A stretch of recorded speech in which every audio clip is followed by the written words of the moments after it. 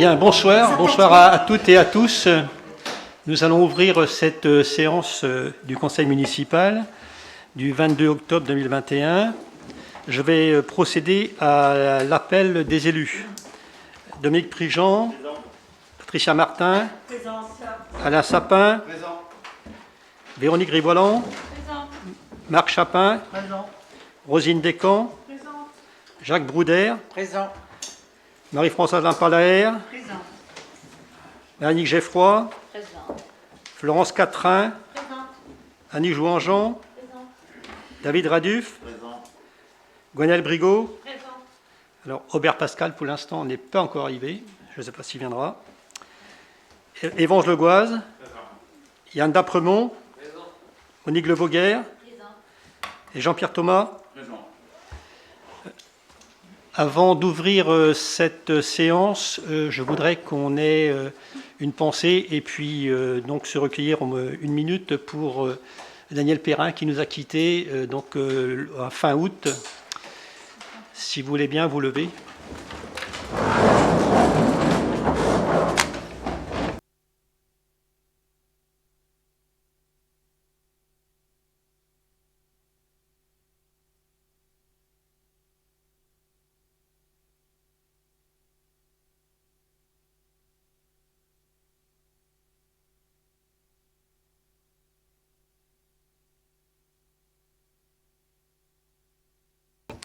Je vous remercie.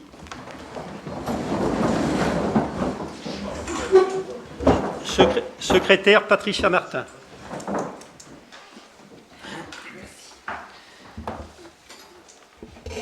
Bien, le premier point, c'est l'approbation du procès-verbal du Conseil municipal du 2 août. Y a-t-il des observations par rapport à la rédaction de ce PV? Pascal, je ne sais pas si tu as vu avec Anne-Claire. Alors, quand vous intervenez, vous prenez la... Voilà, et n'oubliez pas d'éteindre après. Voilà, Pascal, je voulais savoir si tu avais vu avec Anne-Claire, parce que pour les poubelles... Oui, alors j'ai dit que c'est marqué que Mme Geffroy demande qu'on vide les poubelles de la rue Sainte-Anne à la maison de retraite. En fait, je ne demande pas qu'on les vide puisqu'elles n'existent pas. Je demande qu'on en mette tout simplement.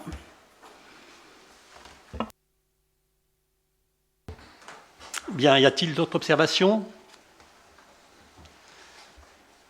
Donc, on approuve le PV tel qu'il a été présenté. Merci. Le deuxième point concerne une convention, donc appel à projet socle numérique avec les écoles élémentaires.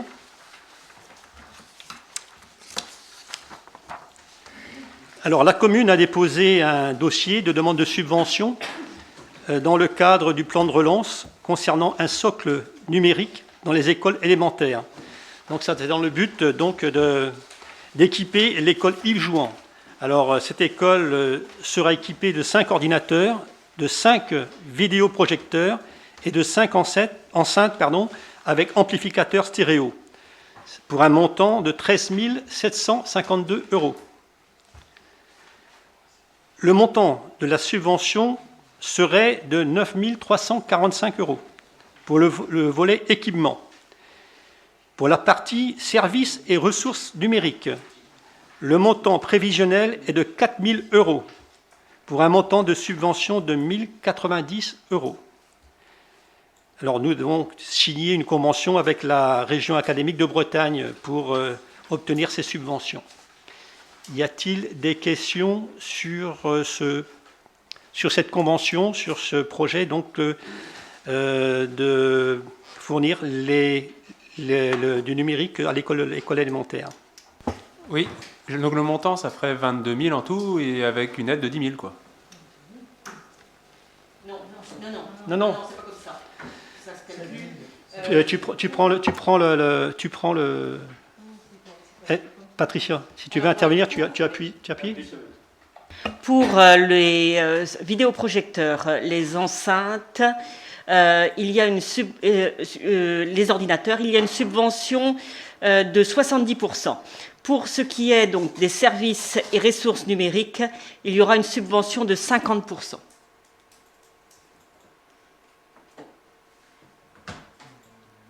Excuse-moi, En fait, tu additionnes toutes les sommes, mais non. C'est 13 752 plus 4 000.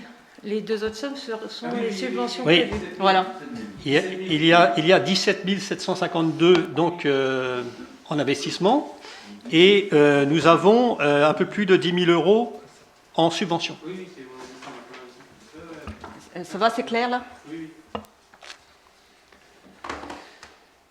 Bien, s'il n'y a pas de questions, je vais passer au vote. Qui est pour? Non. Unanimité, merci.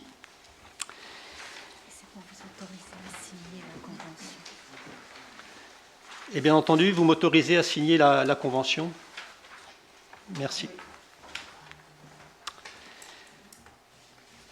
Le troisième point concerne les rapports de présentation de l'EFARMOR. Donc il y a eu un rapport sur l'activité de l'EPCI, sur le prix et qualité de services publics, prévention et gestion des déchets, et sur les prix et qualité du service public de l'eau. Est-ce que vous avez tous reçu ces présentations d'activités? Vous en avez pris connaissance?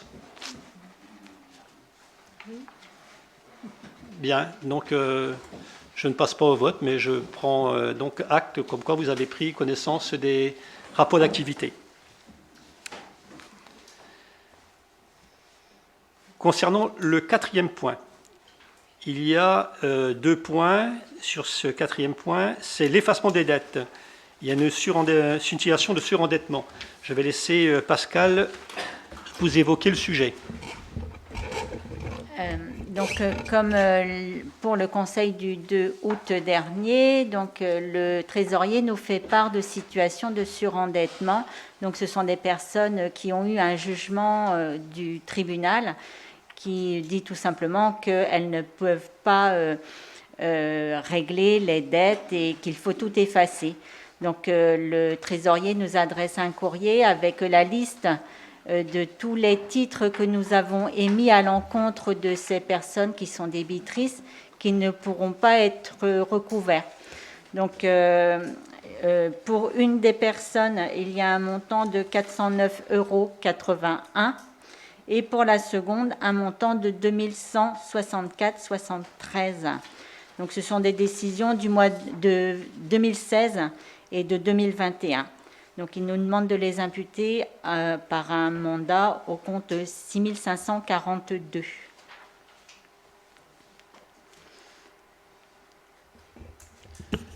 Y a-t-il des questions concernant ce point? Bon, de toute façon, on ne peut pas faire autrement, hein, puisque ce sont des décisions qui ont été prises et il y a eu donc un jugement.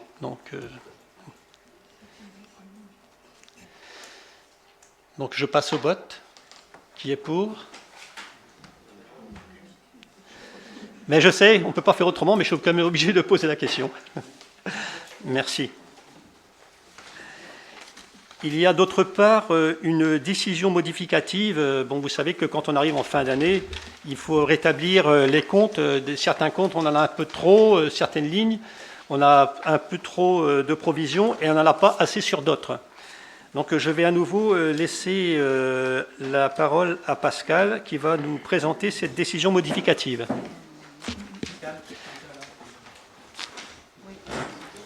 Mais je lui laisse le temps quand même de prendre ses feuilles. Voilà, c'est ça que je cherchais. Donc, suite à la réunion finance que nous avons eue mardi, donc on a fait l'état de tous les comptes pour lesquels nous avions besoin de faire des modifications de crédit, puisque dans certains comptes, il nous manque des fonds pour régler les factures jusqu'à la fin de l'année. Donc en fait, on fait tout simplement un équilibre entre les comptes où nous avons un petit peu plus et on bascule dans ceux pour lesquels on a un petit peu moins. Donc je vous ai résumé cela comme ça. Bien évidemment, cela concerne tous les comptes de fonctionnement. Donc en résumé, en charge à caractère général, il nous faut une augmentation de crédit de 9 200 €. Au chapitre 12, en charge de personnel, on va diminuer ces crédits de 15 210 €. On diminue également le chapitre 65, autres charges de gestion courante, pour un montant de 1 490 €.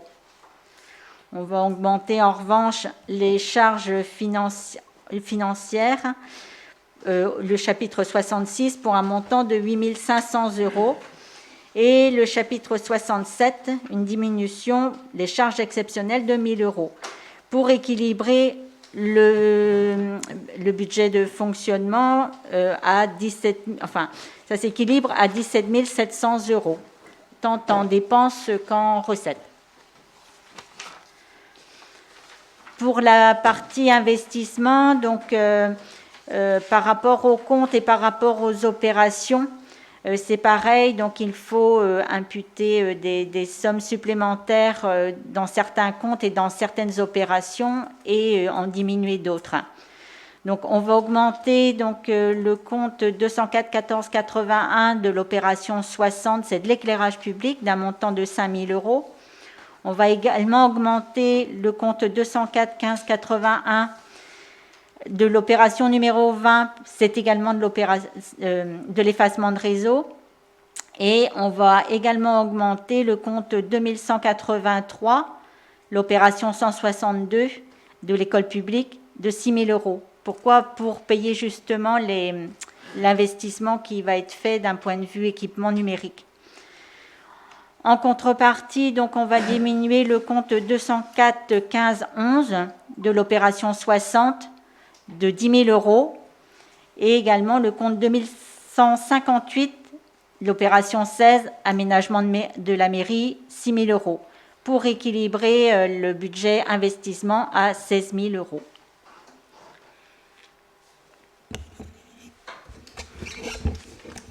Bien, merci Pascal. Y a-t-il des questions sur cette décision modificative? Oui, juste une question. C'est quoi la différence entre les deux comptes de l'opération 60? Pourquoi pour le même... C'est une ventilation. Ouais. C'est une ventilation sur l'éclairage. Une ventilation... Oui, c'est-à-dire... Comptable. Oui, comptable, oui. Oui, mais, Pas technique. c'est-à-dire... Non. Sur la ligne numéro 60, il y a deux lignes, si on veut. Ah, d'accord. Mais on reste quand même dans le... On sous-classe, Voilà. dans l'éclairage public la partie peut-être lanterne ou autre, et c'est des ventilations qui sont faites. Ah oui, il y a des sous-chapitres. Oui, dedans. voilà, sous-chapitre. Mais on reste quand même dans la même ligne. Oui, oui, je comprends, mais c'est parce qu'il y a des sous-chapitres, pour ça qu'il y a des comptes différents. Mais la question est pertinente. Oui, oui. Bien.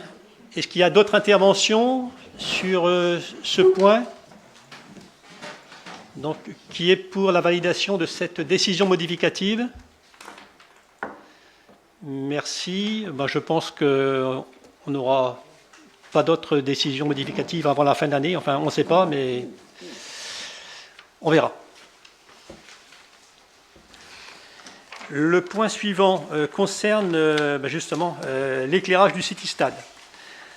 Donc, le SDE nous a fait parvenir une proposition financière donc, pour alimenter en éclairage public le City-Stade. Donc, actuellement, le City-Stade, effectivement, est sans lumière. Donc, on va avoir des jours qui vont venir très courts. Et il y a cette possibilité donc, de disposer d'un éclairage public au City-Stade. Le montant de cette proposition s'élève à 6 800 €, mais nous n'avons qu'une partie donc à notre charge qui est de 4 092,59 €. Voilà. Est-ce qu'il y a déjà des questions sur... oui. Oui, est-ce que vous pouvez me donner des détails sur la gestion de l'éclairage, justement? Est-ce que ça va être l'éclairage public, c'est-à-dire des extinctions vers 23 h? Enfin, est-ce que Vous pouvez m'en dire plus? Parce que j'imagine que c'est aussi pour la JSL, pour les entraînements. La JSL, évidemment, va aussi en bénéficier, mais pas que, on l'espère d'ailleurs. Hein. Moi, effectivement, là, avec le jour qui va quand même être relativement court, hein, parce qu'à la fin du mois, on change d'heure, à 18h, 19h, on n'aura plus d'éclairage sur le Citystade. Ce qui est prévu techniquement, donc on va mettre une commande située à côté du bâtiment, la salle des sports, donc qui est à proximité de la commande qui existe déjà pour l'éclairage du terrain de foot. Donc dans cette commande-là, on va mettre une horloge qui sera réglée sur l'éclairage public où on va déterminer un horaire pour l'extinction. Et on mettra aussi une marche forcée pour le foot s'ils veulent aller au-delà de l'heure normale. Donc on a tiré, les services ont tiré, vu on a mis du grillage, on a tiré un fourreau, donc ce qui a permis d'alléger la facture de 1 000 € quand même, jusqu'au City, jusqu'au coin du City. Donc il reste pour le SDE terminer la tranchée jusqu'au poteau et installer un halogène de 850 watts LED, un ou deux je crois. Donc il y a un délai quand même de 8 semaines de livraison. Donc le foot était impatient d'avoir la lumière, mais donc on ne peut pas aller plus vite que la musique. Hein, il fallait faire passer ça en conseil. Donc les travaux seront faits, mais la livraison des LED, il faudra patienter. Donc à nous de déterminer l'heure maxi. Soit on le cale sur l'horaire de l'éclairage public qu'il y a sur la rue. Donc c'est 22 heures. Soit on peut l'éteindre à 20 heures en estimant peut-être que les enfants, c'est l'heure de maximum qu'il faut qu'ils restent sur le terrain.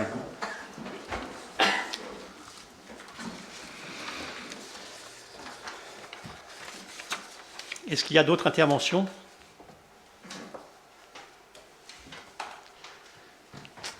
Bien, je vais passer au vote. Qui est pour? Alors, oui. Pascal Aubert est bien arrivé, donc il n'a pas entendu le déroulé de la question. C'est par rapport donc à l'éclairage public sur le Citystade. D'accord, bon d'accord. Donc unanimité, merci. Le point suivant concerne le personnel. Donc je vais à nouveau céder la parole à Pascal.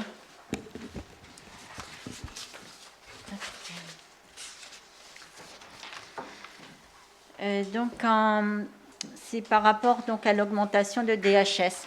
Il ne va pas y avoir d'augmentation de DHS puisque les horaires sont déjà faits. En fait, c'était une erreur de calcul qui était faite précédemment et en 2019, on s'en est aperçu. Les heures méridiennes, en fait, 30 minutes, n'étaient pas prises en compte dans le calcul de leur temps de travail.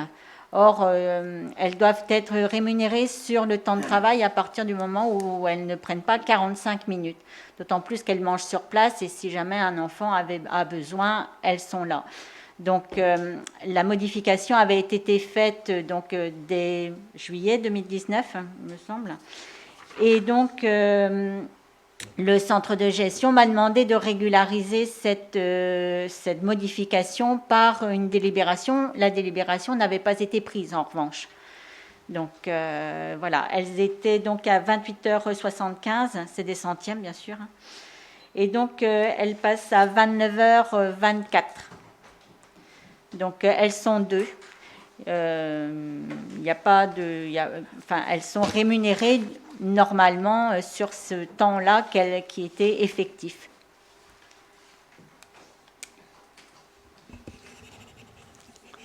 Y a-t-il des questions? Non. Donc je passe au vote. Qui est pour? Merci. Le point suivant, c'est la création d'un poste de technicien et donc la modification du tableau des effectifs. Je vais juste rajouter quelque chose. En fait, vous avez voté au mois d'août, le 2 août, donc une augmentation du volume d'heures pour le personnel de l'école. Donc, après en avoir discuté avec elles m'ont demandé de vous remercier de cette augmentation parce qu'en fait, elles en bénéficient toutes. Donc, depuis les 5 heures octroyées, elles ont retrouvé une sérénité dans leur travail qu'elles n'avaient pas plus depuis longtemps. Donc, elles voulaient vous remercier tous. Voilà. Merci. Donc, maintenant, par rapport au poste de technicien, donc Éric Paladzi, le responsable de service technique, est lauréat donc du concours de technicien depuis la mi-septembre. Le grade de technicien n'existe pas au niveau du tableau des effectifs. Donc c'est pas un dû, hein, donc c'est à la collectivité de décider si oui ou non il serait promu technicien. Voilà. Donc Dans l'immédiat, c'est une création de poste. dans l'immédiat, c'est une création de poste, mais par la suite, il va y avoir, si vous êtes d'accord, une publication sur la bourse de l'emploi du centre de gestion, une publication obligatoire, mais restreinte, puisque le poste, c'est pour lui. Hein. Donc, une publication d'à peu près 4 semaines, plus ensuite le temps. Donc, en fait, ce serait pour une création au 1er janvier, pour laisser le temps de prendre les arrêtés, les délibérations et faire la parution au niveau du centre de gestion. Il est actuellement simplement adjoint administratif, hein. Mais quand il a été recruté, il était déjà en préparation de son concours. Ça fait 2 ans qu'il travaille son concours. Tiens, on va déjà féliciter Éric Palazzi d'avoir été reçu à son concours. Donc c'est méritant, et puis c'est quelqu'un qui est apprécié, hein, pour le travail qu'il réalise au sein de la collectivité. Voilà, donc il a bien fait de travailler puisqu'il va avoir, il a toujours son concours et ce sera après donc aussi aux élus de décider si il est promu ou pas dans ce grade. Y a-t-il des questions? Non. Je peux me permettre, enfin ça me regarde, mais j'imagine que ça aura une incidence sur sa rémunération. Ah oui, oui. Mais c'est tant mieux, s'il a fait les concours, c'est bien pour ça. Ouais. Hein. Conséquente, vous avez une idée ou pas? Non, parce qu'en fait, il y a un calcul par rapport à son indice, etc., qui va être fait. Et ça, c'est voilà, on n'a pas encore fait le calcul. Mais bon. Juste pour ajouter, c'est son anniversaire demain. Oui. Alors là, c'est un cadeau à l'avance, quoi, hein, à l'avance.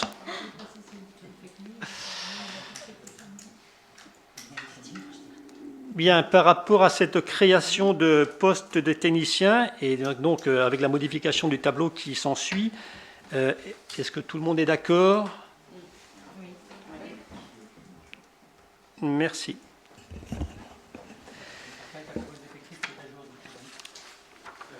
Voilà, ça c'est si... Le poste de responsable technique a été créé ici et celui qui a été supprimé ici, là, ici. Voilà. Ouais. Celui-là a été supprimé et on a créé celui-là ici. Oui, parce qu'en fait, voilà, il y a des grades différents. Moi, je suis actuellement stagiaire. Ça faisait longtemps que ça ne m'était pas arrivé. Hein. Non, mais ça rajeunit. J'ai l'impression de rajeunir, ça fait du bien.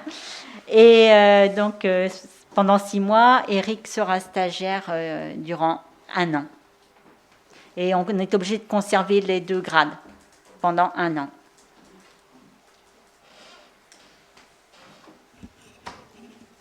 Bien, on a passé au vote et on était d'accord, de toute façon, donc ça ne pose pas de problème. Oui, oui, voilà. Le point suivant, toujours pour le personnel, concerne la prime de fin d'année. Vous savez que tous les ans, cette prime de fin d'année qui existe depuis, rappelez-moi, 83. Donc, ça ne nous rajeunit pas. Donc, cette prime de fin d'année, elle est revue tous les ans en fonction de l'indice INSEE. Alors, l'année dernière, en 2020, il n'y avait pas eu d'augmentation. On avait un indice nul, ce qui n'est pas le cas cette année, puisque l'indice INSEE est de 2,1%.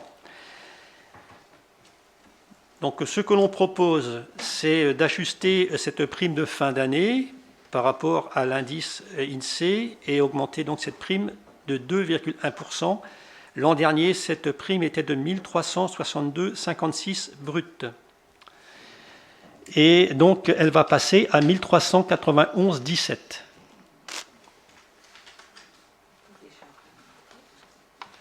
Alors, évidemment, cette prime, elle est affectée pour tout le monde, mais elle dépend aussi de la DHS. C'est-à-dire que s'il y a des personnes qui sont à mi-temps, à 80%, etc., elles ne touchent qu'en fonction du temps qu'elles travaillent.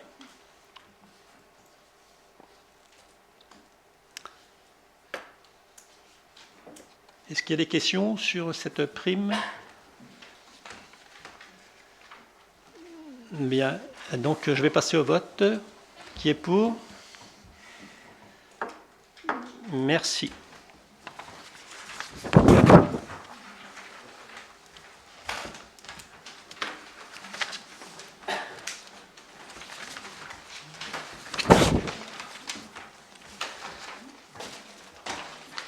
Bien, le dernier point, l'ordre du jour n'était pas très concis. Excusez-moi, monsieur le maire, Oui. est-ce qu'avant d'aborder le dernier point qui va Oui, bien être sûr. important, je peux aborder un petit sujet, c'est vraiment un détail, parce que j'ai été contacté à plusieurs reprises par des Lanvolonnais concernant donc l'état de la fresque de la place de la Gare, qui a une dizaine d'années à peu près, et donc où les Lanvolonnais s'inquiètent que ça elle s'altère, et voilà, ce serait bien de pouvoir la conserver parce qu'elle est quand même significative, et en passant. On fait régulièrement, on passe un vernis dessus. D'accord. Elle est décolorée. Ah oui, elle est ternie, c'est d'accord, sûr. donc ça a été fait, c'est quoi, que je puisse. Non, mais je rassurer. reverrai avec les gars, qu'est-ce qu'on peut peut-être passer de mieux, quoi, pour. D'accord, c'est vrai que. Je pense qu'avec le soleil, ça doit. Ouais, l'exposition au sud-ouest est pas mal. D'accord, très bien. Non, mais ça a été fait. Voilà. Même si c'est assez récent, ça rentre quand même dans le patrimoine Lanvolonnais, et puis on apprécie quand on arrive. Ça va être compliqué de la repeindre, par contre, hein, c'est sûr. Hein, oui, mais enfin, essayer de préserver au maximum que sa dégradation. Mais bon, avec le temps, c'est sûr. Oui, très clair. Merci.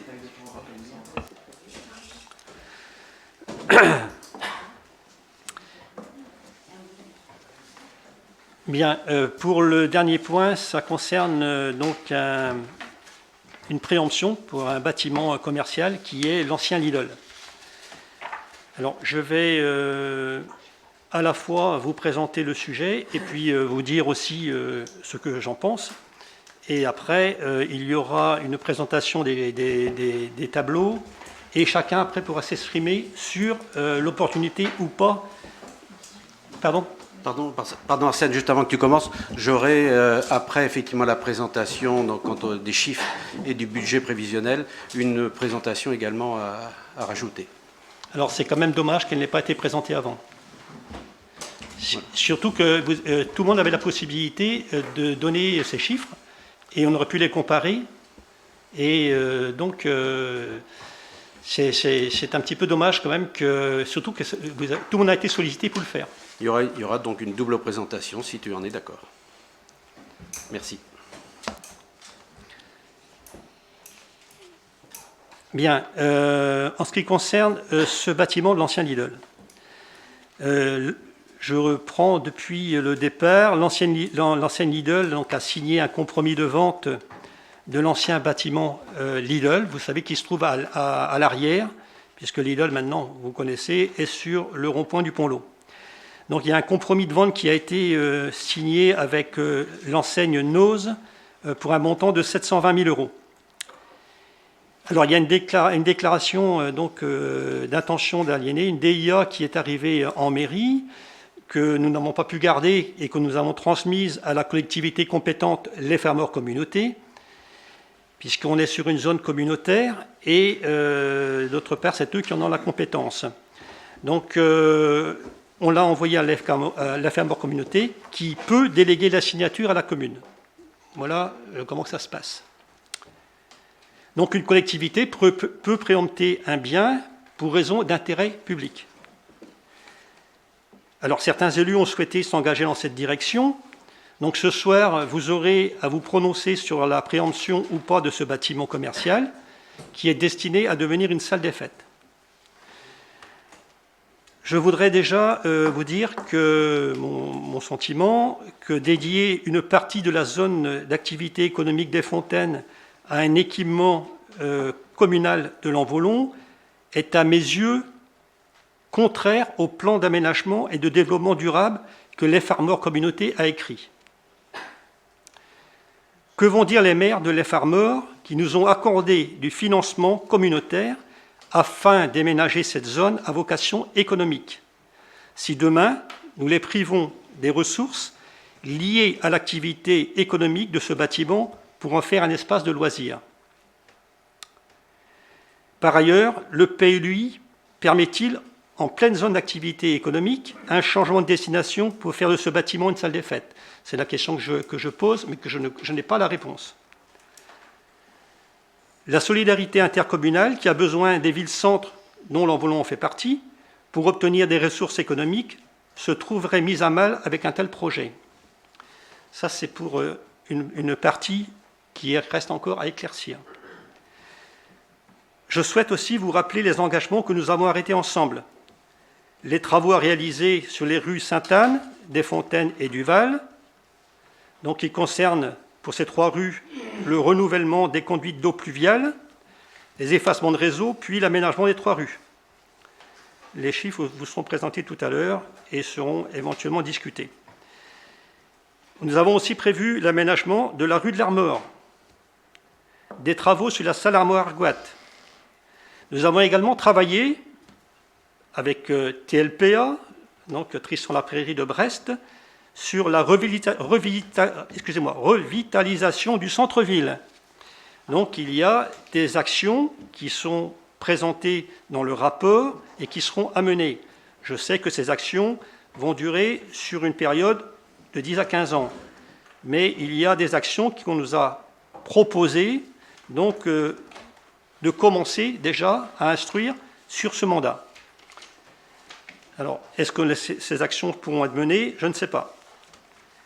Bien sûr, il faut rajouter à ce que j'ai précédemment énoncé les investissements réguliers que nous avons tous les ans sur les différents bâtiments. D'ailleurs, il y a à l'école publique, il faudra certainement revoir les sanitaires, les réfections de voirie, parce que même si on en a fait un petit peu, chaque année, nous sommes obligés d'y revenir. Nous avons aussi des achats de matériel régulièrement.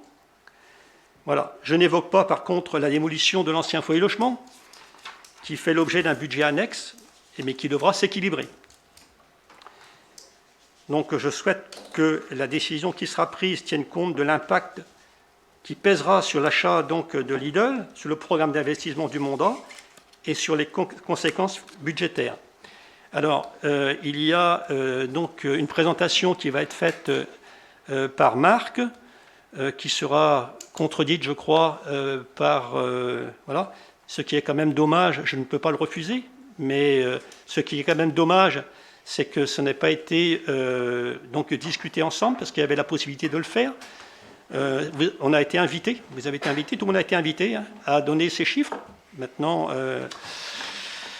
voilà, donc, mais il faut laisser la parole à tout le monde, donc il n'y aura pas de problème. Marc, je te donne la parole. Tout à fait, je vais prendre...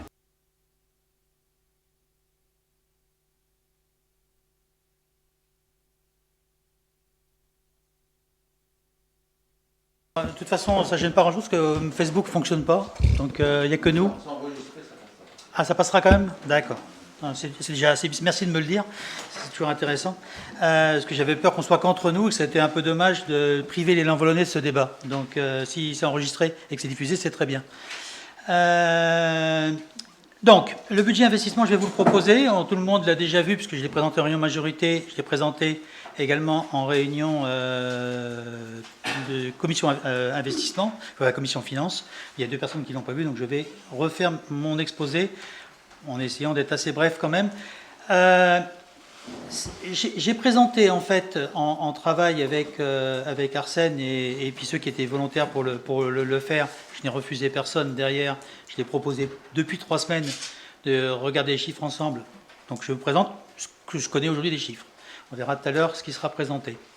J'ai un budget sur 4 ans, conforme au budget tel qu'on vous présente tous les ans, c'est-à-dire avec un chapitre dépenses, un chapitre recettes, avec un budget par année. Je ne vais pas rentrer en détail de ces tableaux, des 2 premiers tableaux, parce qu'ils sont, on va dire, très compliqués à lire. Un tableau sur les dépenses d'un côté, un tableau sur les recettes. Je voulais juste donner un chiffre, enfin un rappel rapide, visuel. Je vous ai mis sur le côté des couleurs bleu, jaune, orange et verte pour 4 types d'investissements, et c'est ça qui est important. Et on va y revenir après ensuite. Pour ce qui est des recettes, à la limite aujourd'hui les recettes elles sont connues, je vais vous les détailler aussi tout en détail par rapport à ces 4 types d'investissements, puisque fonction de ce que l'on fait, on peut ou pas avoir des financements spécifiques en fonction des investissements. Donc ça c'est un budget classique, je ne veux pas rentrer dans le détail, il vous sera présenté le budget 2022 en 2022 et puis ainsi de suite. Par contre, ce qui est intéressant, c'est de regarder l'analyse sur la durée. Voilà la synthèse telle que je peux vous la présenter aujourd'hui au niveau de ce qu'on appellera le courant. Le courant, aujourd'hui, c'est toutes les dépenses que l'on fait de manière quotidienne dans une commune, c'est-à-dire ce qui correspond à l'entretien des bâtiments principalement, à la voirie autre que les programmes de voirie, à l'éclairage public, au matériel des services techniques. Et puis quelques dépenses annexes, la proportion est importante, je vous les donnerai après, comme ce qu'on fait sur le cimetière, ce qu'on fait sur l'illumination de Noël et le festif, ce qu'on fait sur le divers numérique et ce qu'on fait sur les écoles, sur l'école. Les dépenses principales de ces dépenses courantes, c'est-à-dire le bâtiment, la voirie, l'éclairage public et le matériel des services techniques, c'est 80% de ces dépenses qui sont en jaune, c'est-à-dire que c'est 145 000 euros de dépenses annuelles sur un total de 188 000 euros. Et donc, sur les 188 000 euros, là j'ai un chiffre plus précis, sur la période de 4 ans, on fait exactement 753 708 euros de dépenses prévisionnelles, dont 80% sont des dépenses on ne peut plus courantes, dont on connaît par historique ce que l'on fait habituellement, et elles sont plutôt diminuées par rapport à ce qu'on fait d'habitude. Les 3 rues. Les 3 rues, je suis désolé, c'est la somme qu'aujourd'hui on a prévue au budget correspondant aux 3 rues, c'est-à-dire la rue des Fontaines, la rue Sainte-Anne et la rue Édouard Duval. Ça correspond à 2 choses. La moitié du pluvial, puisque une moitié va être payée cette année sur le budget de cette année, l'autre moitié va être payée en début d'année prochaine, donc sur le budget 2022. L'effacement de réseau, qui va être payé en 2022 également. Et à partir de 2023 et 2024, les 3 rues, sur la base aujourd'hui du chiffrage P fait par la DAC, sur lequel on rajoute les frais de maîtrise d'œuvre, 8%, et sur lequel on rajoute la TVA. Au total, on a un budget sur ces 3 rues prévu d'ici la fin du mandat de 3 403 000 euros. Ce qui n'est pas négligeable non plus, puisque, je vous le dirai tout à l'heure, mais c'est 54% de nos dépenses d'investissement global sur la période, hors salle des fêtes. Les autres investissements, c'est ce qu'on a engagé aujourd'hui. Alors on a engagé, enfin presque engagé. On a engagé aujourd'hui Armor-Argoat, et dans le projet que je vous ai fait là, Armor-Argoat, il n'y a pas le boulodrome, il n'y a que l'aménagement de la salle Armor-Argoat. Il y a l'aménagement de la rue de l'Armor, où là on a pareil, on a une estimation et il n'y a plus qu'à faire l'appel d'offres, mais l'estimation est précise, elle est là pour 170 000 euros. Et j'ai prévu une petite somme de 250 000 euros que pour l'instant on a fléché sur la place du Martré, mais qui est, on va dire, l'intégration des conclusions de l'étude TLPA sur les 4 ans qui viennent. 250 000 euros par rapport à ce qui est prévu TLPA, on est loin du compte, mais on a au moins prévu ça et marqué la place du Martret comme étant la possibilité de prendre cette partie-là. Voilà ce qu'on appelle, ça c'était les dépenses qui étaient engagées. À ça, je rajoute le projet de salle des fêtes, c'est-à-dire l'acquisition pour 700 et quelques mille euros, 750 000 euros, et les travaux pour 500 000 euros, ça fait 1 250 000 euros de travaux. On a, en même temps que cela, tout ça, ça va générer des dépenses, ça va générer des emprunts, ça va générer du remboursement de capital.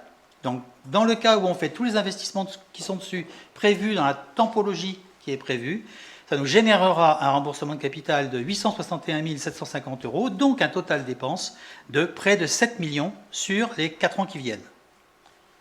En face de ça, on a des recettes. La TVA qui vient avec 2 ans de décalage par rapport à la dépense. Donc, quand on dépense, par exemple, 1,5 million de travaux en 2024, la deuxième partie de la rue, la TVA, on ne la voit pas. Elle sera sur le mandat suivant. C'est comme ça.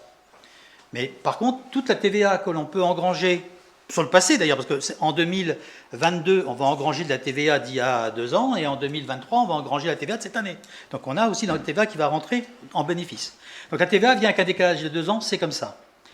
Après, on a pris l'option de vous présenter, comme on présente les budgets, sachant que c'est faux, mais on vous le présente quand même, qu'en face de chaque investissement, il y a les subventions qui correspondent l'année où sont faits les investissements, ce qui n'est pas vrai. D'ailleurs, vous le verrez, vous voyez tous les ans, à chaque fois en fin d'année, on constate qu'on a fait les dépenses mais qu'on n'a pas les recettes, et on fait donc du report de recettes qui va venir 1 an ou 2 ans après. Pour exemple, le City Stade qui a été réceptionné en 2019, je pense, 2017, on a reçu la subvention cette année. Pas encore. Enfin, on a l'engagement qu'on va la toucher cette année.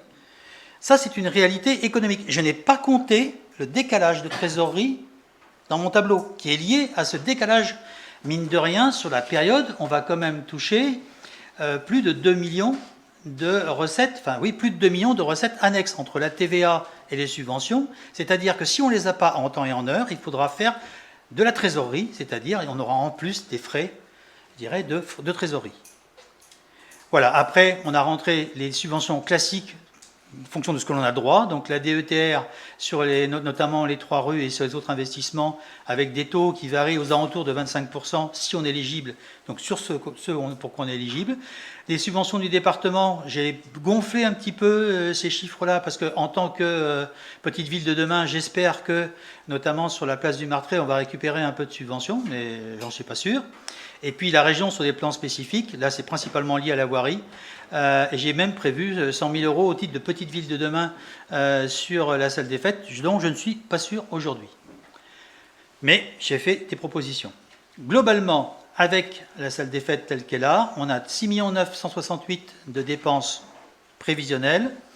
On a 3 747 000 de recettes prévisionnelles. Un point important dans les recettes prévisionnelles, on a bien sûr ce que l'on génère nous, c'est-à-dire l'excédent de fonctionnement.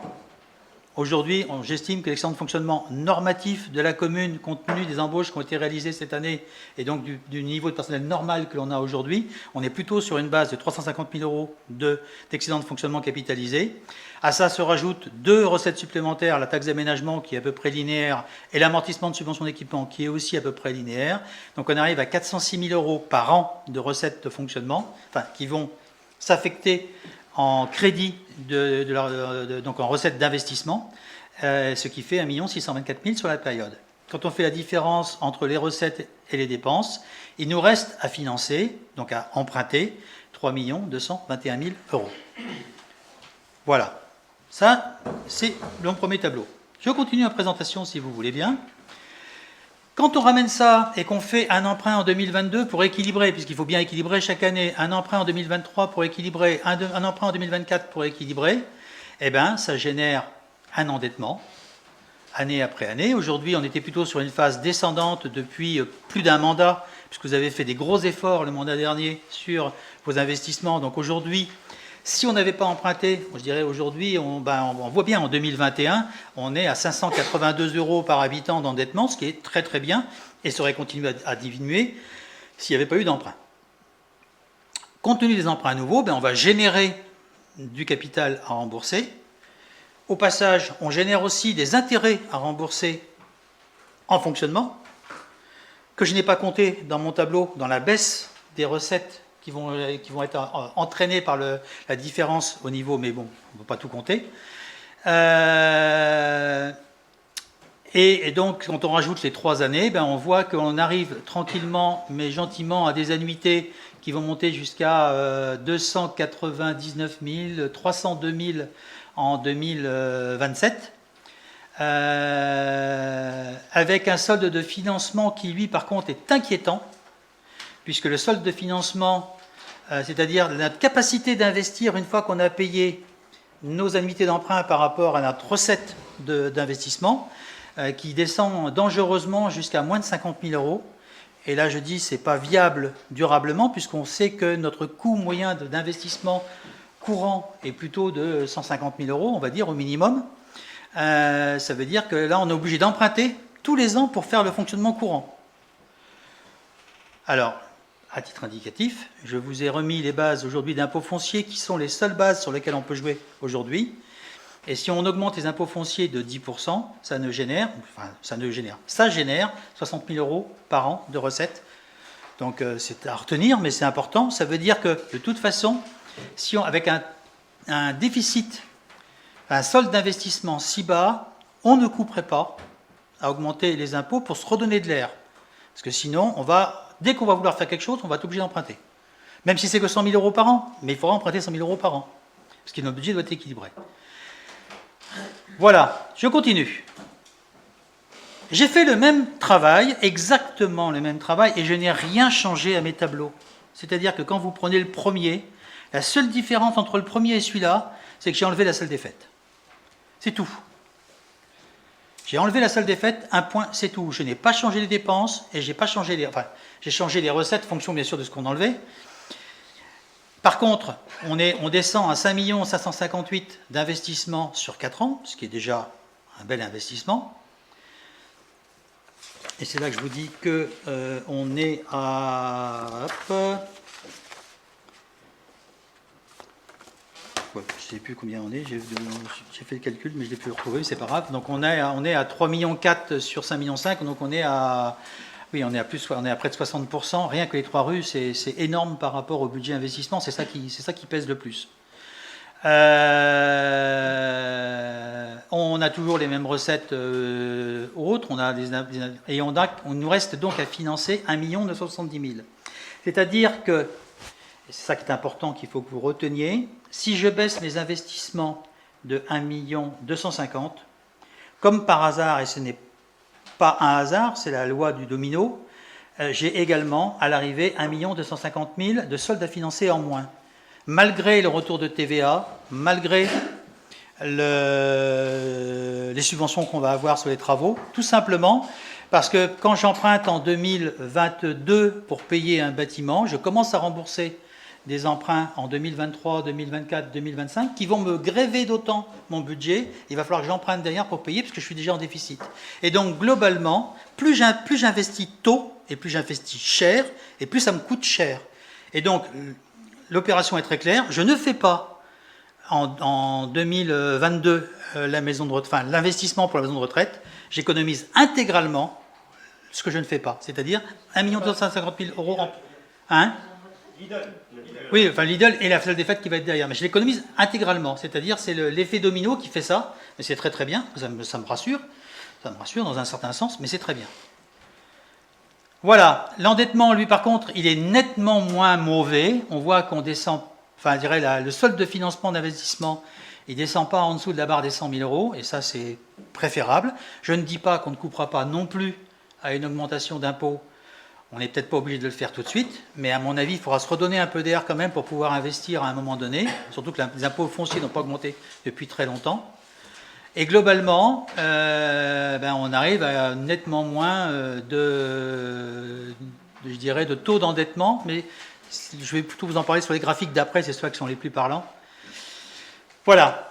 Aujourd'hui, vous avez la photo de la dette de l'Envolon historiquement, c'est-à-dire depuis 2000, et ça c'est un document officiel du ministère de l'économie, donc tout le monde l'a. Vous avez En jaune, la moyenne nationale du taux d'endettement par habitant des villes de France. On est aux alentours de entre 800 et 1000 euros, ça monte légèrement, ça c'est la moyenne nationale. Après, pour chaque tranche de population, pour les plus de 100 000 habitants, pour les plus de 50 000, pour les plus de 10 000, pour les plus de 3 500, pour les plus... Et nous, moins de 2 000 habitants, 500 à 2 000 habitants, la courbe rouge est là, et on est aujourd'hui aux alentours de 600 euros par habitant et par an, hein, c'est le taux d'endettement moyen. Et je vous ai fait deux graphiques, un avec la salle des fêtes, voilà le graphique de ce que deviendra avec les projections que j'ai faites, si on fait la salle des fêtes et si on fait tout le reste qui est prévu, le taux d'endettement de la ville de Lanvolon, il monte à plus de 2000 euros par habitant, c'est-à-dire à plus de 300% par rapport au taux moyen, et il redescend à un taux moyen en 2037. Et si je fais sans la salle des fêtes, on monte, parce que mine de rien, on est obligé d'investir, parce qu'on n'a pas le choix, parce qu'il faut faire ces putains de 3 rues, et que c'est maintenant et c'est pas ailleurs, on monte à 1400 et quelques habitants. Par contre, on redescend à la normale en 2033. Attention, votre langage, quand même, putain de 3 de rue. Non, mais excusez-moi, il y a des Lanvolonnais qui nous écoutent. Tu me vois maintenant? Non, mais... je croyais, excuse-moi.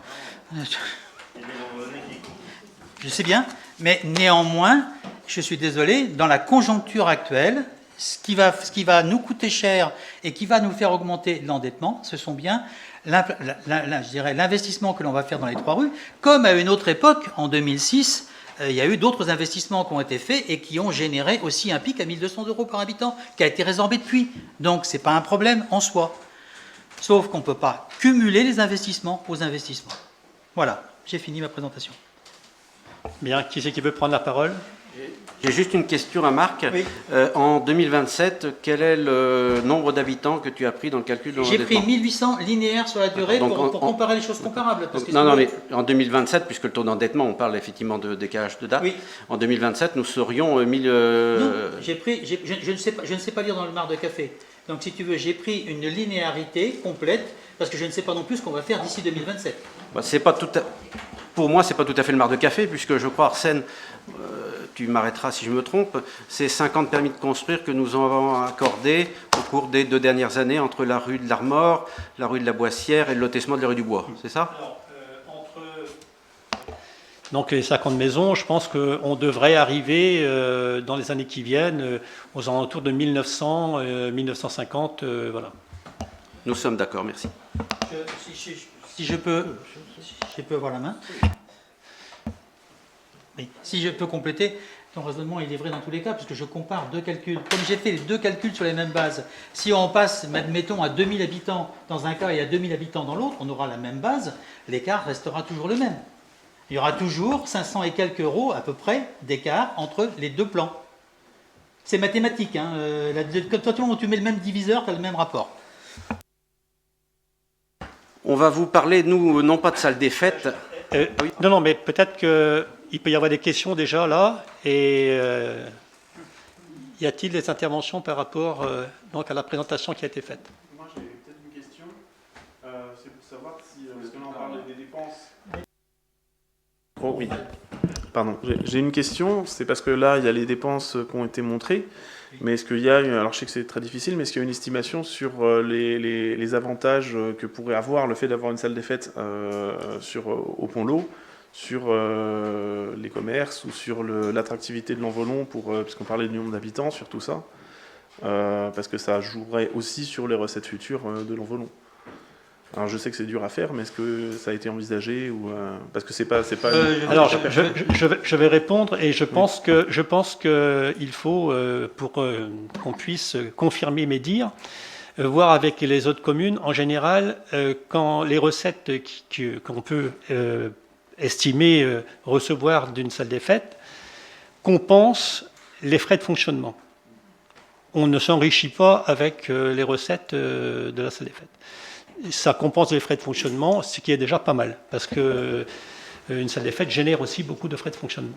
Oui, mais je pensais en termes d'évolution du prix à Lanvolon, parce que s'il y a une salle des fêtes à Lanvolon, ça augmentera l'ensemble de la valeur des habitations et des commerces. Non. Ça, on ne peut pas, oui. Non, c'est pas parce qu'on aura une salle des fêtes que... C'est une question... Non. Enfin, on a quand même un tissu associatif qui est très important à l'Envolon. Je pense que demain, si on a une salle multifonction, ça permettra quand même à différentes associations de rester sur le territoire, enfin sur la commune, au lieu d'aller dans les communes voisines chercher des salles. Il faut savoir aujourd'hui qu'on a 2 salles, puisque la salle récréative va disparaître. La salle Armora à Gouette, elle est en attente de rénovation et on ne sait pas l'issue. Et donc il reste Bernard Loca où il est difficile d'aller faire des repas puisque on a une personne qui se situe au-dessus et que parfois ça peut déranger. Donc on ne peut pas dire aujourd'hui qu'on est riche en salles, donc ça peut répondre donc à une demande de la population. D'avoir plusieurs salles parce que donc on va pas faire une salle des fêtes que dans ce Lidl puisque c'est quand même un bâtiment de 1000 m², donc positionné sur un terrain de 8500 m². Il y a quasiment 5 à 6 000 m² d'enrobé. Il y a une défense incendie, donc ce bâtiment est équipé en cas d'incendie. Il est équipé aussi d'une chambre froide, d'un groupe électrogène. Donc vous voyez un peu le quantitatif de cette salle, moyennant un prix de 720 000 € TTC, donc 600 000 € hors taxe. Donc on récupérera aussi une partie de la TVA. Donc c'est un projet qui demande à être examiné. Et ça a été un peu difficile quand vous dites on a pu discuter des chiffres. Je crois que ça a été les relations ont été un peu compliquées. Donc c'est pour ça qu'aujourd'hui on se propose de présenter un chiffrage, si c'est possible. Je vais laisser la parole à... C'est Alain qui présente ? J'avais une deuxième question aussi, parce qu'on parle là dans l'emprunt de l'Envolon, mais si la salle elle se trouve au niveau du Pont-L'Eau, peut-être qu'on pourrait demander à des communes limitrophes de participer au projet. Non, c'est illusoire. C'est illusoire. Non, mais non, c'est bien d'en parler parce qu'effectivement, des salles communautaires, ce serait peut-être mieux, d'ailleurs, hein, mais bon, non, ils ne participeront pas. Par contre, pour donner réponse à l'issue de la salle, est-ce que c'est possible de faire une salle des fêtes? Donc j'ai eu la réponse ce matin avec Jean-Michel Geffroy, le président de l'EF Armor, puisqu'il a interrogé les services, et donc c'est bien possible de faire une salle multifonction dans le LID. Ce qui ne va pas du tout avec le PADD qui a été écrit par l'EF Armor Communauté. Et je suis un peu étonné que le président de l'EF Armor Communauté cautionne. Après, Arsène, je suis assez étonné de ce que tu nous dis là tout à l'heure, de tes réserves par rapport à la communauté de communes et des autres élus, et du changement de destination de ce bien. Parce que dans la précédente campagne, c'est toi-même qui avait, et nous tous après, mais c'est toi qui es allé voir dans le PLUI qui était en train d'être refait, quoi, hein, si cette salle pouvait être compatible avec une salle des fêtes ou salle multifonction, etc., quoi. Donc, ôte-moi d'un doute, j'ai oublié. Je ne me rappelle pas du tout de ça. Pas du tout.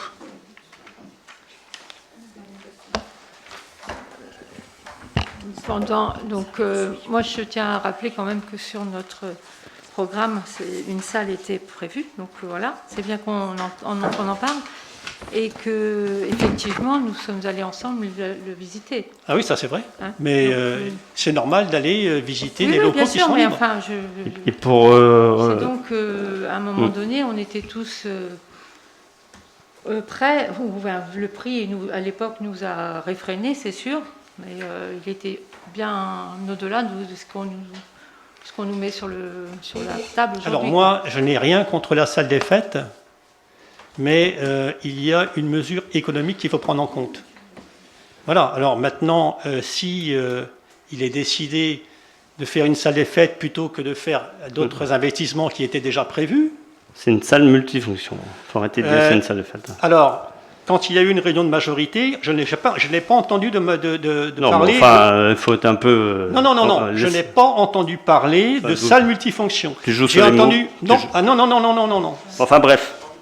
On a parlé de salle des fêtes. Bref. Arsène, sur cette réunion de majorité que tu évoques, il nous a été assez difficile, et moi personnellement, et les élus de la majorité peuvent en témoigner, de parler. Puisque tu nous as coupé et tu m'as coupé la parole. Je t'ai coupé la parole, mais je n'ai pas coupé la parole aux autres, c'est pas vrai. Mais enfin, pour moi, il a été très difficile de m'exprimer. Je peux dire un mot? Excusez-moi, mais utiliser l'expression salle des fêtes, pour moi, c'est réducteur. En ce sens qu'on a 1000 mètres carrés, et que sur ces 1000 mètres carrés, on ne va pas se limiter à danser sur 1000 mètres carrés. Et qu'il y a là la possibilité de faire un volume principal, repas des anciens, location, et 2 salles pour les associations qui seront les bienvenues, puisqu'on n'en a pas. Mais vraiment, l'expression salle des fêtes, pour moi, c'est réducteur. Ça sous-entend qu'on fait que la fête. Voilà, c'est tout. Moi, je rajouterais quand même une chose, c'est que, comme a dit Véro, on avait mis donc, dans notre projet de campagne donc, le projet d'une salle, plus une salle multifonction. Donc, on a fait quand même l'entame d'aller voir donc, le bâtiment Calipro. Monsieur Jean-Pierre Thomas, vous étiez avec nous. Donc, on a travaillé le sujet, on a fait quand même une étude d'amiante, pour voir le coût de désamiantage. Donc, on savait, en allant sur un bâtiment comme ça, même s'il n'était pas acheté très cher, qu'on aurait un coût comme de salle des fêtes au bout qui serait assez onéreux. On dépasserait facilement le million d'euros. Puisque tu as la main, Dominique, je te laisse la main sur les chiffres. Oui, donc je vais vous présenter un peu la feuille de route qu'on a pu déterminer pour le mandat qui va venir. Donc j'avais quand même été pendant la campagne électorale donc aux manettes un peu des finances pour présenter et faire un état donc de notre mandat. Un mandat quand même qui on a assez quand même illustré sur les résultats de fonctionnement puisque auparavant, il était vrai, des résultats qui n'excédaient pas 350 000 euros. Il faut savoir qu'en 2014, nous avons fait 459 000 euros de résultats de fonctionnement, 2015, 529, 2016, 504 000, 2017, 469 000, 2018, 449 000, 2019, 457 000, d'une moyenne de 6 ans sur la base de 478 000 euros. Donc on vient me mettre 350 000 euros de résultats de fonctionnement. C'est le résultat de fonctionnement qui est mis dans le budget primitif de chaque année. Donc pourquoi on met un résultat si bas, c'est qu'on budgétise suffisamment le poste de charge pour éviter d'avoir des DM à faire. Enfin, je vous présente donc le budget d'investissement prévisionnel sur la période 2022-2026, sachant que 2026 c'est un peu l'année d'élection. Donc dans le poste de dépenses, sur le poste donc investissement, on retrouve le remboursement de capital. Il faut savoir donc que les intérêts passent en dépenses de fonctionnement. Donc j'ai repris les investissements prévus. Donc la rue de l'Armor, la salle Armor à Gouat, sans le boulodrome, la salle des sports donc où il y a l'étanchéité à faire sur les chéneaux. J'avais un devis de Claude Quinte sur la base de 7 000 euros. Donc j'ai pris une marge suffisante. Le projet des 3 rues, les signalisations, éclairage public, 20 000 euros, divers travaux, 50 000 euros. Vous avez eu comme la visite de l'ensemble des bâtiments et des services techniques. Vous avez comme apprécié le matériel qui existe aujourd'hui dans nos services techniques. On était parti d'assez bas. On a aujourd'hui un beau parc matériel. Donc il ne va pas générer des gros remplacements dans les années qui viennent. La partie mairie, église, école, 25 000 euros, service technique, 26 000 euros. Et donc j'ai positionné l'achat de Lidl, ce qui nous fait un poste de dépense de 1 876 300. En recette, je retrouve mon solde d'investissement reporté de l'année dernière, positif, ce qu'on fonctionne quand même avec des soldes d'exécution d'investissement d'une année sur l'autre. L'excédent de fonctionnement, 400 000 euros. J'ai pris en compte un peu le surcoût salarial. Le fonds de TVA, 30 000 euros. Subvention, 220 921 euros. Taxe d'aménagement, 20 000. Amortissement subvention, 36 000. Total recette, 973 000. Ce qui me donne un solde déficitaire de moins 902 986. Donc je propose de financer la salle multifonction de Lidl sur la base du hors-taxe, donc 625 000 euros. Ce qui me laisse un solde d'exécution d'investissement de moins 277 000 euros que je vais reporter en 2023. 2023, le remboursement de capital, 168 091. Les toilettes de l'école que j'ai budgétisées à hauteur de 45 000 euros. Les 3 rues. Alors j'ai pris un budget avec un périmètre d'études de 26 000 m² que j'avais travaillé, qui était un peu orienté par la DAC. Donc le période d'études se situe sur la rue des Fontaines, la rue Sainte-Anne, Édouard Duval, la Voie 12 le long de la RD6 et la mise en place d'abribus. Donc on est parti sur des tarifs au mètre carré. Il faut savoir que la rue de la Guerre, c'est sur la base de 50 euros du mètre carré. La rue de l'Armor, on est sur une base de 42 euros du mètre carré. Donc, sur le périmètre des 3 rues-là, donc on est parti sur la base de la rue des Fontaines sur 11 000 mètres carrés à 80 euros, ce qui fait 880 000 euros. Sainte-Anne, 11 000 euros à 60 euros. 11 000 m² à 60 euros, 660 000 euros. Édouard Duval à 1500 m² à 60 euros, 9 000 euros. Cheminement doux le long de la RD6, 40 000 euros. Les abribus, 20 000 euros. Ce qui nous faisait 1,7 million de budget hors taxe, plus des études, plus la TVA. Ce qui nous fait un budget investissement des 3 rues à répartir de 2,3 millions. La signalisation que je reprends, les divers travaux, mairie, église, services techniques et une première phase de rénovation de la salle multifonction. Je dirais là plus la partie salle des fêtes pour un montant de 250 000 euros. Je reprends mon solde d'exécution d'investissement de l'année 2022, 277 000 euros. Parce qu'il faut savoir quand on fait des travaux, on n'est pas toujours phasé sur l'année. Au 31 décembre, c'est jamais... On ne sait pas où on est, donc on ne va pas mettre un emprunt pile poil au 31 décembre. Ça ne se fait pas. Donc je reprends mon excédent de fonctionnement de 450 000 euros. Il faut savoir que les taxes foncières augmentent régulièrement. Entre 2019 et 2014, les taxes foncières ont monté de 120 000 euros. Donc la TVA récupérée, les subventions, donc je suis parti sur la DETR, la région, le département, donc j'avais eu tout un laïus avec Dominique Bernard de la DAC. Mes taxes d'aménagement, mes amortissements subventions, j'arrive à un total recette de 1,6 million. 1,6 million euros. Donc ça fait un solde de moins 970 000 euros. Je finance à hauteur de 700 000 euros les travaux des rues. Et je laisse un solde de moins 270 000 euros, sachant que quand vous faites, comme je vous dis, la rénovation des rues, ça va durer 2 ans. On est sur la base de 100 000 euros de travaux par mois. Donc on ne va pas pouvoir dire au 31 décembre, boum, je vais mettre 1 million d'emprunts.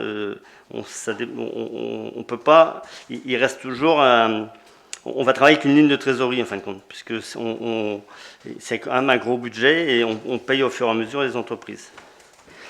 En 2024, donc remboursement de capital 171 000 euros. Donc je prends donc l'aménagement du centre-ville suite à l'étude TLPA 250 000 euros. La deuxième phase des 3 rues. Les budgets annexes, donc signalisation EP, j'ai mis à la baisse quand même, puisque à force de faire de l'éclairage public, on aura peut-être moins de réparations. Divers travaux, mairie, église, services techniques, report de l'année dernière d'investissement, donc l'excédent de fonctionnement, le fonds concours de TVA avec récupération sur la salle, les subventions, taxes d'aménagement, et aussi donc le remboursement de la bande de roulement par le département Donc sur la rue des Fontaines, ils nous remboursent l'abandon de roulement comme ça avait été fait sur la rue Fardel, estimé à 45 000 euros. Ce qui me donne un solde négatif de moins 700 000 euros. Donc les travaux des 3 rues ne seront pas finis en 2024, on sera aussi en 2025. Donc je reprends mon déficit d'investissement. Remboursement de capital en 2025, 215 000 euros. Je budgétise 50 000 euros pour la bibliothèque, c'est surtout l'aménagement suite au départ de Perception. Enfin, ça devrait être acté, mais je ne sais pas quand. La vallée de Carwell, donc on avait aussi parlé donc, de l'aménagement de cette vallée-là par le biais de la GEMAPI, donc gestion des milieux aquatiques et des prévisions d'inondation. Donc ça, j'ai mis le chiffrage net qui serait à charge de la commune, sachant que l'agence de l'eau prendrait une grosse partie des travaux. Signalisation, divers travaux, donc, et report de l'année dernière d'investissement, 700 000 euros, ça me fait un total dépense de 1 125 438. Je reprends mes excédents de fonctionnement, la TVA, subvention, donc pour un total recette de 721 000 euros, ce qui me fait un solde de moins 404 000 euros. Je fais un emprunt de 400 000 euros, dont mon solde d'exécution d'investissement est de moins 4 438 euros. L'année 2026, c'est un peu l'année d'élection.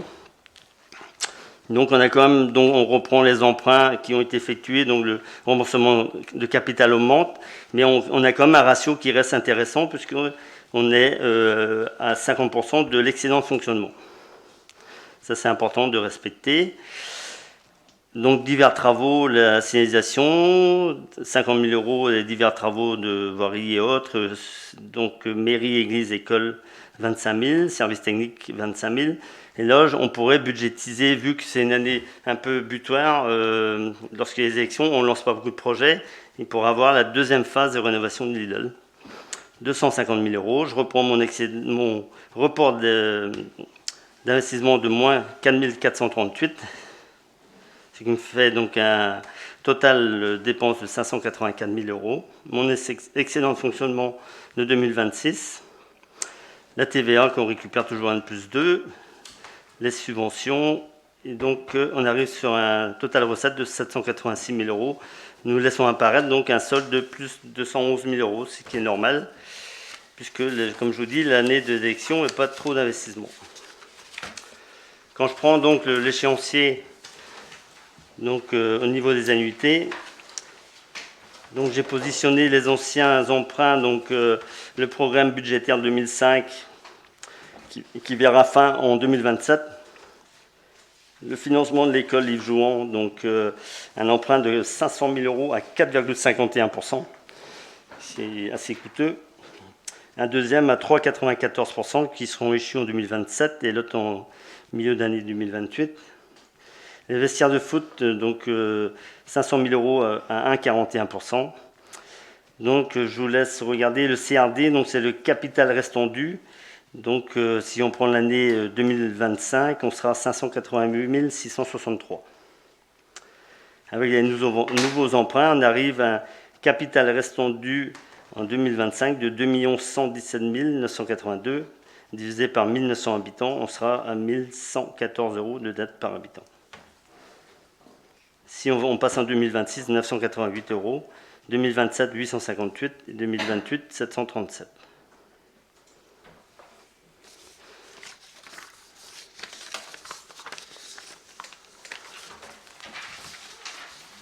Bon, c'est un peu la feuille de route qu'on trace. C'est vrai que ce projet-là, on peut dire qu'il arrive mal, mais dans le mal, c'est pas si mal qu'il arrive en début de mandat, parce que ça permet de donner une priorité aux investissements. On peut prioriser et éviter d'aller sur des endettements. S'il arrivait en troisième année, ça compliquerait beaucoup plus les choses, en troisième ou quatrième année. Il arrive là en première année, donc on peut prioriser et donc un peu contrôler l'endettement sur le mandat. Et pour terminer, j'aurais juste un petit mot à dire.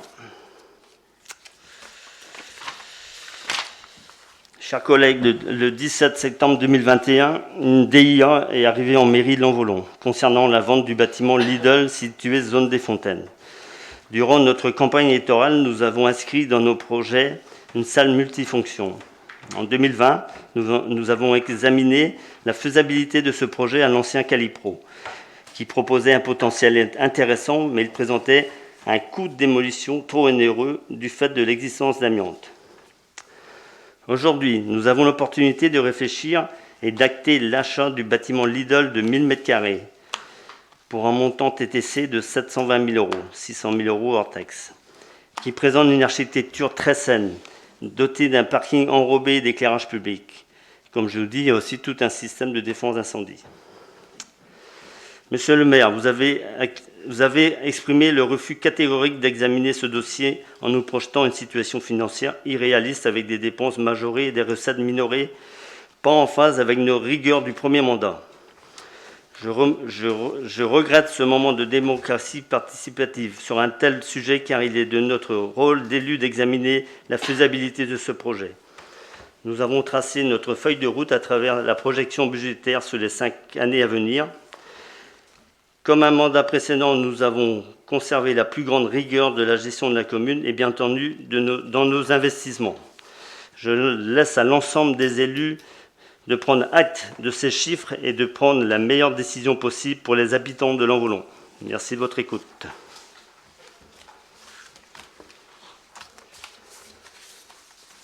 Est-ce que quelqu'un va intervenir ?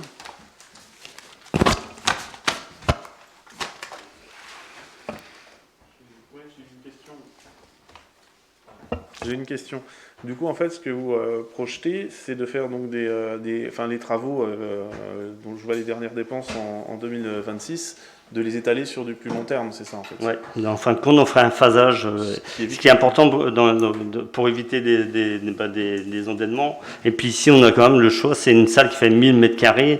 On peut se permettre de faire une partie salle des fêtes de 300-400 m². Il est important de mettre aux normes les sanitaires, de mettre en norme le PMR. Donc la priorité de la première phase sera sur cela. Après, donc, il serait possible de partager le restant de la salle en salle multifonction. Il ne faut pas oublier que demain, le comité d'animation est dans les anciens locaux des pompiers et que demain, pour avoir discuté avec Saimbreis, et Marc, tu étais là et tu ne peux pas dire le contraire, il nous annonçait qu'il y avait un super projet sur ce site. Donc demain, si on projette un projet sur cet endroit, il faudra raser la salle. Donc où va-t-on encore mettre le comité d'animation? Je pense que la salle Lidl sera un très bon compromis aussi pour donner la place à nos associations qui demandent des salles. Et aussi du stockage, il y a toute la partie côté gauche de l'aile de Lidl où on peut stocker. Il y a un quai de chargement, donc c'est quand même un bâtiment qui a un potentiel monstre et je pense qu'il ne faut peut-être pas passer à travers parce qu'on n'aura pas 2 fois l'opportunité d'acheter un bâtiment comme ça.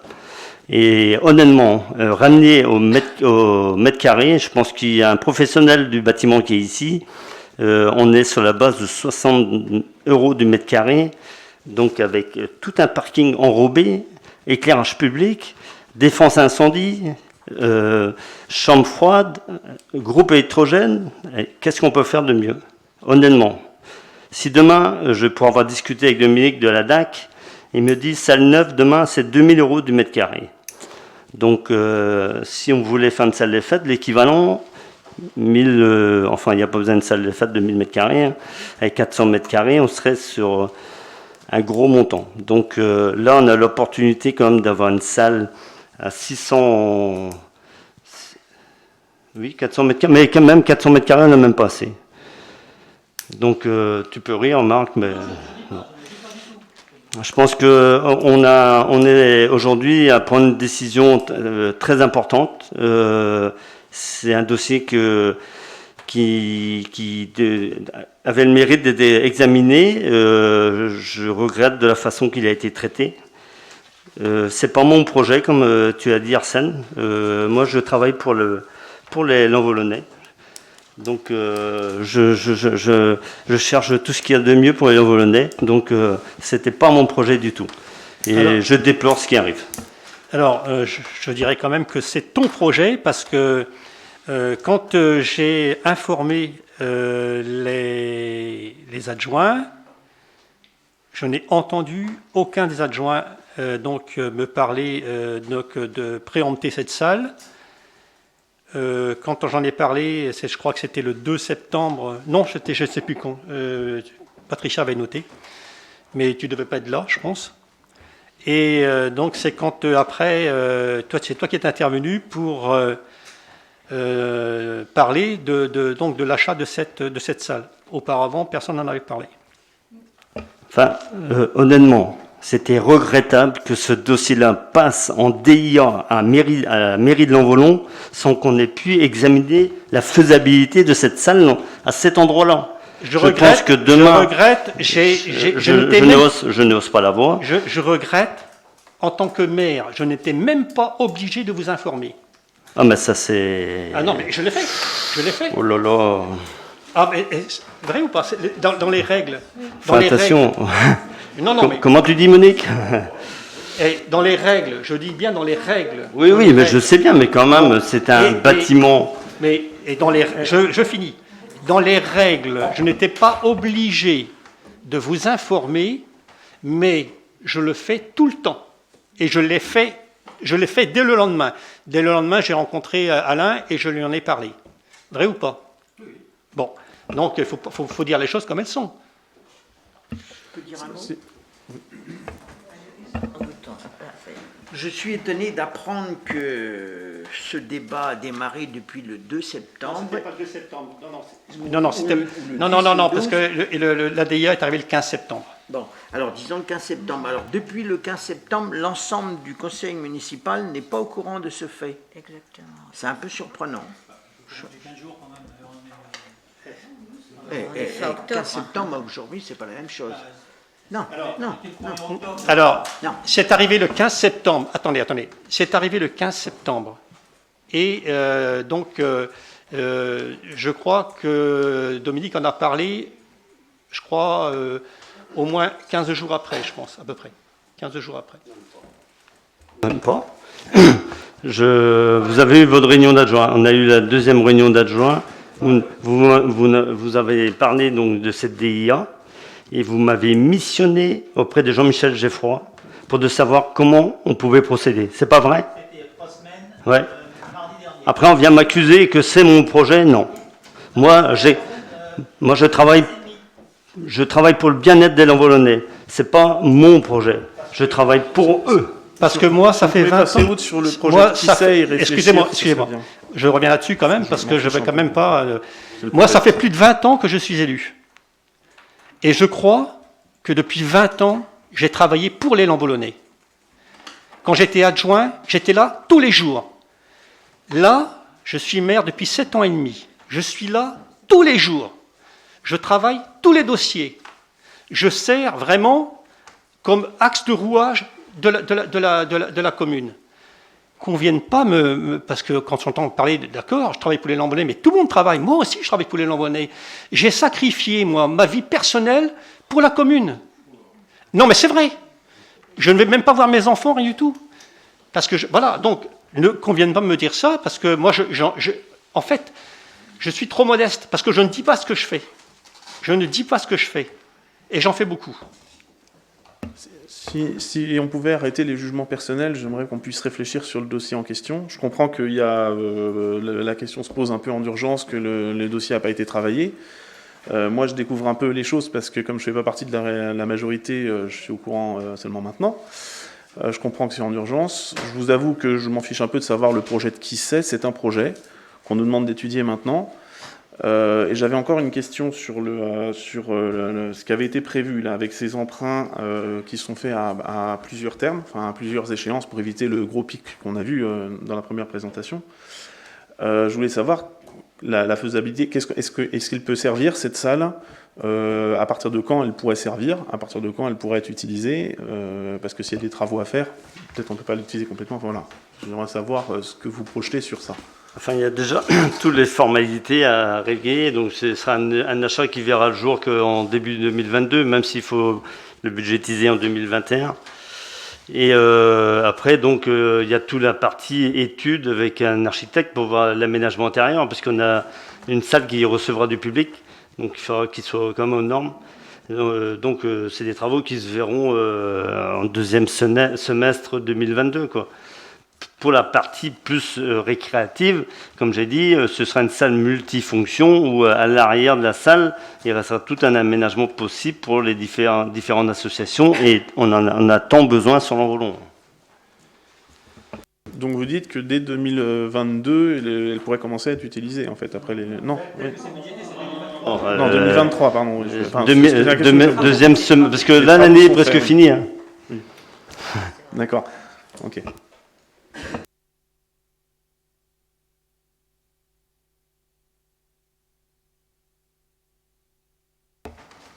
Il y a des prises de parole? Oui, je vais prendre la parole pour m'exprimer au nom de la minorité, donc minorité, c'est-à-dire donc Monique et moi-même. Donc on note simplement que c'est un différend interne à la majorité. Donc on va pas s'immiscer dans ce différend. C'est une querelle d'experts, hein, la façon de voir les finances. Je me suis déjà exprimé sur le sujet lors de la commission de finances pour mettre en avant donc qu'il y avait peut-être des priorités qui vont arriver, notamment pour garantir, et donc en service public, hein, donc pour garantir dans les années à venir comment dirais-je, une présence médicale à l'Envolon, hein, et donc ça me paraît essentiel. Ça personne n'a évoqué dans le débat. Voilà. Donc on a décidé, Monique et moi, après réflexion, de nous abstenir de votre débat, de pas s'immiscer, et on s'abstiendra de voter ni pour ni contre. Voilà.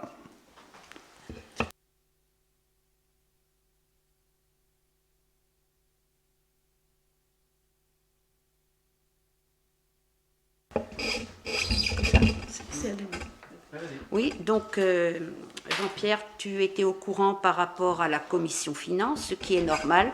Mais moi, je dis franchement, aujourd'hui, j'arrive là, je n'avais aucun renseignement, aucun document.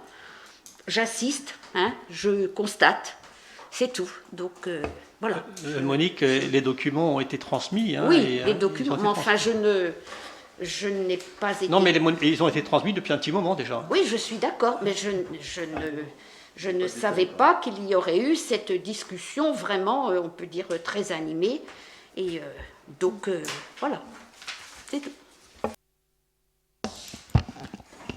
Excusez-moi, mais je voudrais revenir sur ce que tu as dit, Jean-Pierre, par rapport aux soucis de maisons médicales ou de santé. Nous avons visité ensemble les bâtiments communaux samedi et on a pu constater que la commune était propriétaire d'un bâtiment qui s'appelle le dispensaire et dans lequel on peut assez aisément penser pouvoir accueillir des médecins peut-être très rapidement, quoi.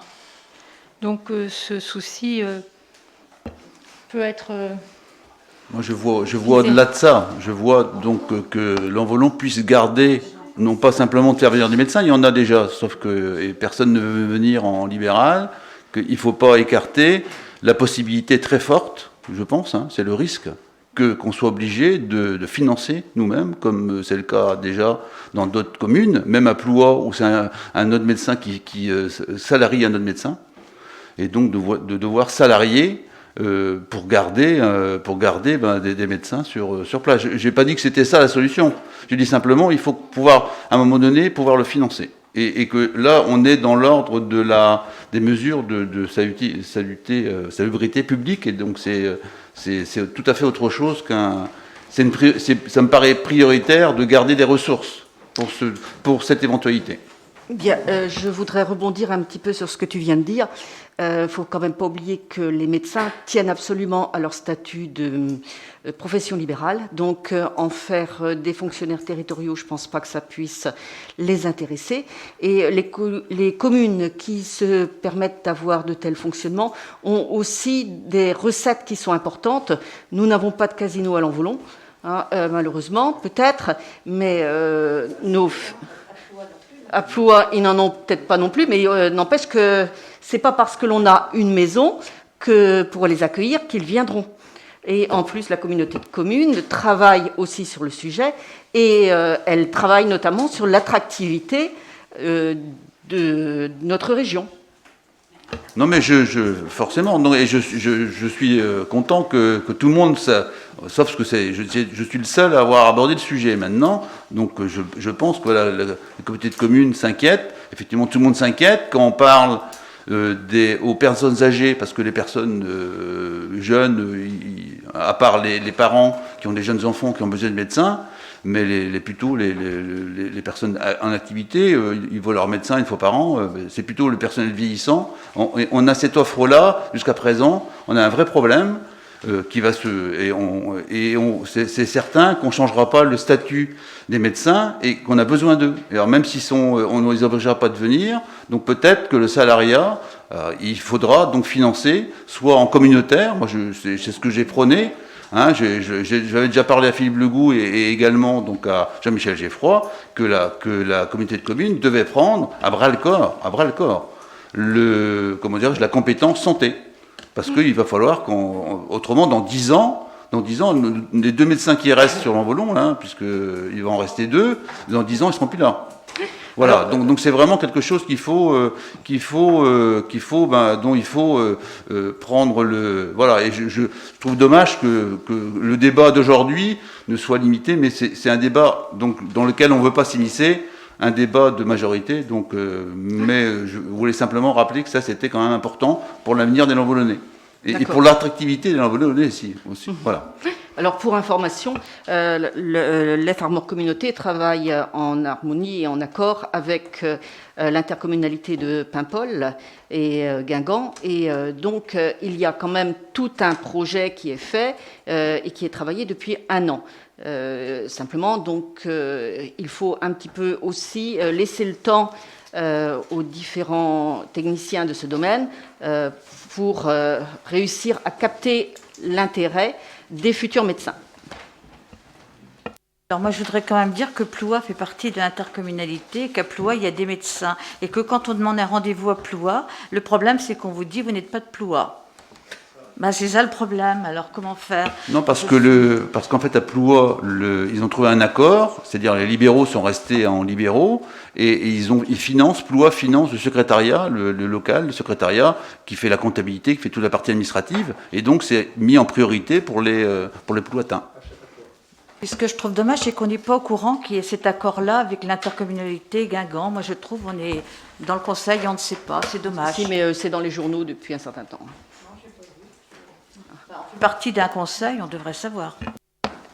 Si je peux me permettre, peut-être pour clôturer ce sujet, je voudrais quand même rappeler qu'à la fin du dernier mandat, il y avait eu une réunion à l'initiative de Monsieur le maire concernant ce sujet. Il avait réuni un certain nombre de maires des communes avoisinantes pour justement évoquer déjà le sujet. Donc c'est pas la volonté de la municipalité de mettre le sujet sous le tapis, comme on dit. Merci. Bien, y a-t-il d'autres interventions? Oui, je voulais poser une question, alors pour revenir sur le sujet de la salle multifonction. Je voulais poser une question en fait. Est-ce que c'est possible, si jamais on fait un achat, parce que là on s'engage sur un long temps, si jamais on se rend compte qu'on n'a pas les finances au bout de quelques années, c'est toujours possible de la revendre après cette salle, puisque c'est un bien ou pas? Je pose la question en fait.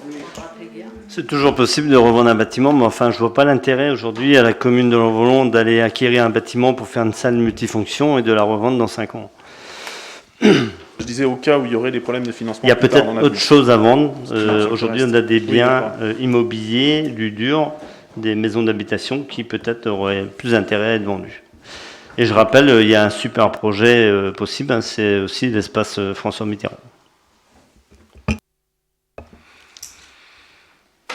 Bien, d'autres interventions? Je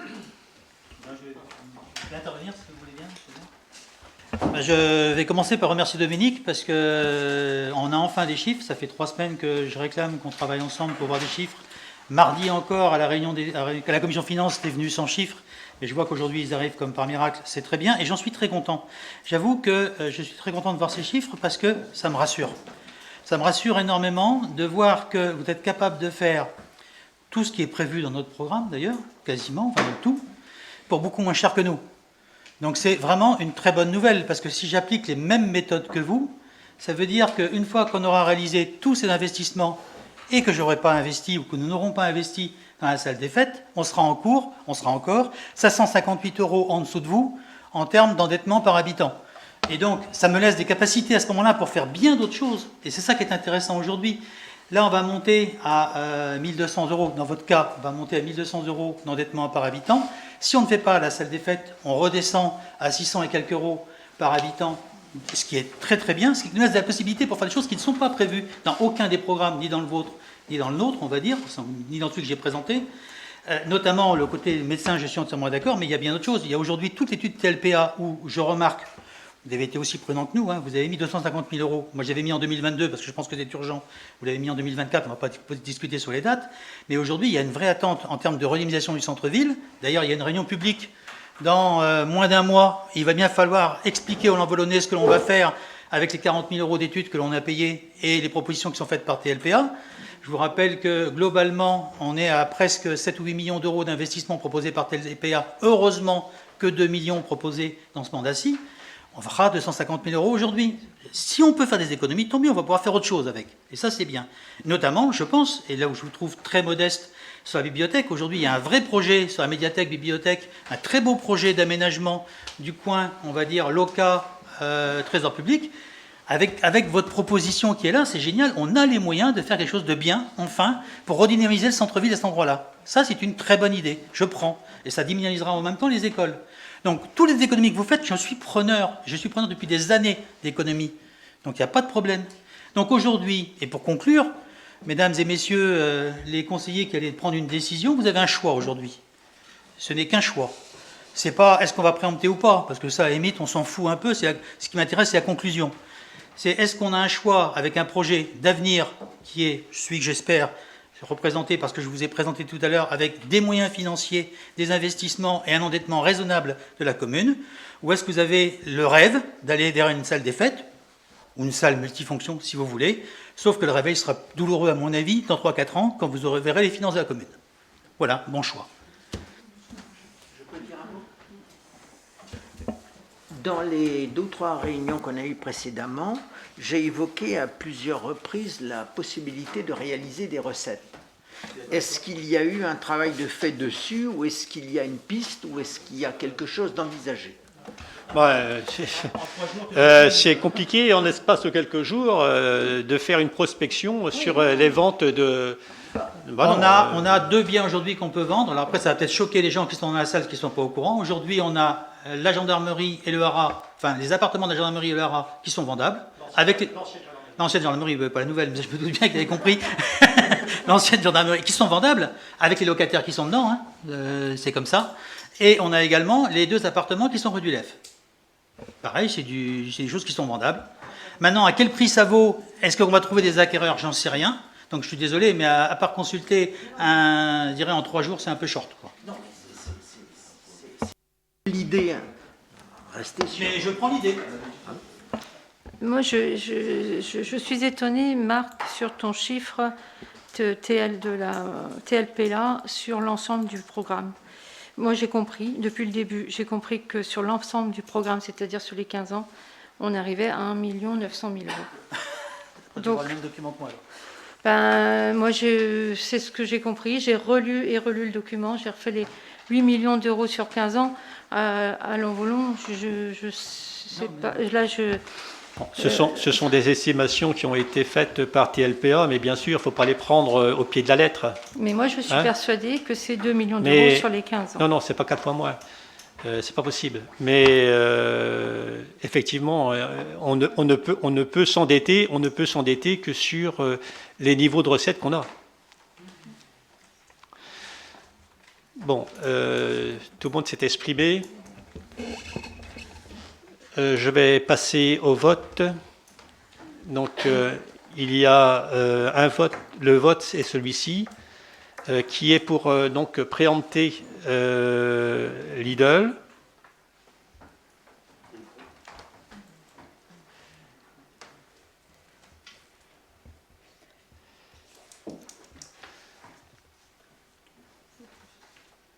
Qui s'abstient?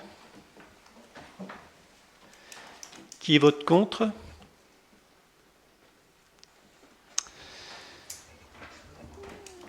Trois contre, 2 abstentions et puis le reste pour. Donc je prends acte de la décision du Conseil. Vous comprenez que je suis dans une situation qui ne me permet plus de rester maire de Lanvolon. Donc, je vais présenter ma démission. Je vais l'envoyer donc au préfet et elle sera donc officielle quand j'aurai son retour.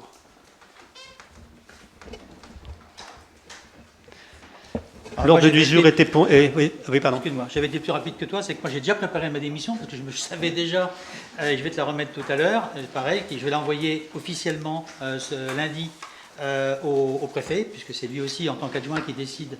Et donc je démissionne de mes fonctions, je précise, d'adjoint et de conseiller municipal, car j'ai toute mon amitié avec Jean-Pierre, je n'ai pas l'intention de partir dans l'opposition. Donc je démissionne sur la totalité de mon mandat, et je souhaite bonne chance et bon courage au futur adjoint aux finances qui prendra la suite. Il va s'amuser. Il va sans dire qu'effectivement, je démissionne de mon poste de maire, mais je me retire complètement de la vie municipale. Mais je resterai quand même attentif à ce qui se passera. L'ordre du jour est épuisé. Bonne soirée.